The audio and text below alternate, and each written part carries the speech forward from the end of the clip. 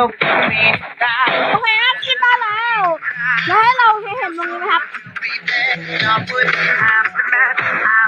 มันก็คือตัวส่งที่เรา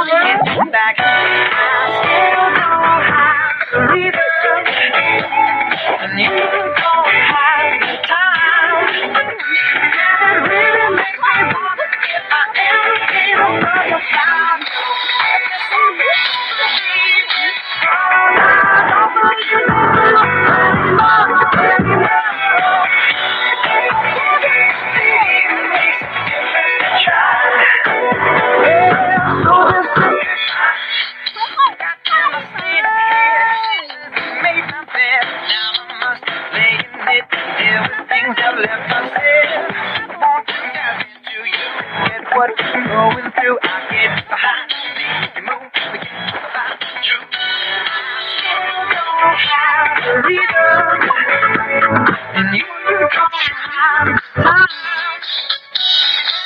It makes me wanna get my hands on you. ในคลิปนี้ได้เลยนะครับผ